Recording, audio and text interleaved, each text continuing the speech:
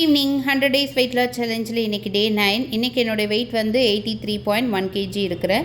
இன்னையிலேருந்து 1 வீக்குக்கு low corp diet தான் வந்து ஃபாலோ பண்ணலான்னு இருக்கேன். மார்னிங் எம்டி ஸ்டொமக்கில் வார்ம் வாட்டர் குடிச்சிட்டு பாதாமும் திராட்சையும் சாப்பிட்டுட்டேன். மார்னிங் பிரேக்ஃபாஸ்ட்டுக்கு முளைக்கட்டின பச்சை பயிரோட பாதி கொய்யாப்பழம், அது கூட 100 கிராம் மாதுளப்பழம் வந்து சேர்த்து சாலட் மாதிரி எடுத்துக்கிட்டேன். நிறைய பேர் பச்சை பயிர் சாப்பிட பிடிக்கலன்றீங்க, கூட வந்து மாதுளப்பழம் ஆட் பண்ணி சாப்பிட்டு பாருங்கள், டேஸ்ட்டு நல்லாயிருக்கும்.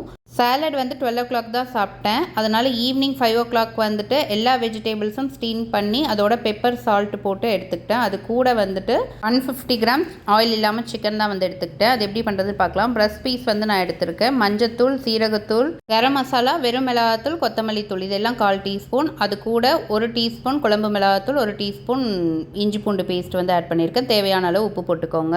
ஸ்டவ்வை லோ ஃப்ளேமில் வச்சுட்டு கடாயில் சிக்கன் ஆட் பண்ணி லைட்டாக மிக்ஸ் பண்ணி விடுங்க. அதுலேருந்தே வாட்டர் ரிலீஸ் ஆகும். உங்களுக்கு தேவைப்பட்டால் கொஞ்சமாக தண்ணி வந்து ஆட் பண்ணிக்கோங்க. ஒரு லிட் வச்சு க்ளோஸ் பண்ணி 3 minutes வந்து வேக விடுங்க. புளிப்புக்காக நான் ஒரே ஒரு சின்ன தக்காளி வந்து அதோட ஆட் பண்ணியிருக்கேன். லைட்டாக மிக்ஸ் பண்ணிவிட்டு மறுபடியும் மூடி போட்டு 3 நிமிஷம் வேக விடுங்க.